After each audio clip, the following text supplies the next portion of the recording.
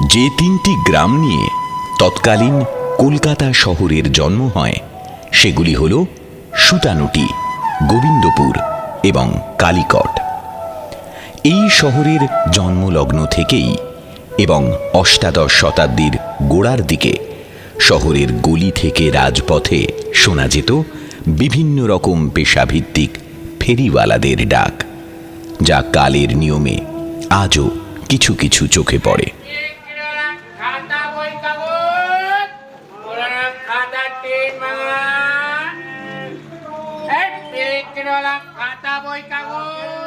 যদিও বেশিরভাগ পেশাই আজ লুপ্তপ্রায়, পুজোটা আলিপুর এবং কালীঘাট সংলগ্ন অঞ্চলের পুজো।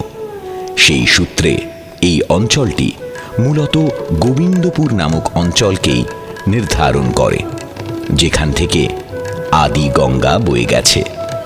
এই অঞ্চলের কালীঘাট পট তৎকালীন কালীঘাট সংলগ্ন রাস্তায় ফেরি করা হতো, যা দর্শনার্থীদের মূল আকর্ষণ ছিল এবং এখনো বেশ কিছু ফেরিওয়ালাদের ডাক শোনা যায় এই অঞ্চলে, যা ভীষণ দুর্লভ। সেই জায়গা থেকেই একটা সাইট স্পেসিফিকভাবে শিল্প উপস্থাপনাটা আমরা করতে চলেছি।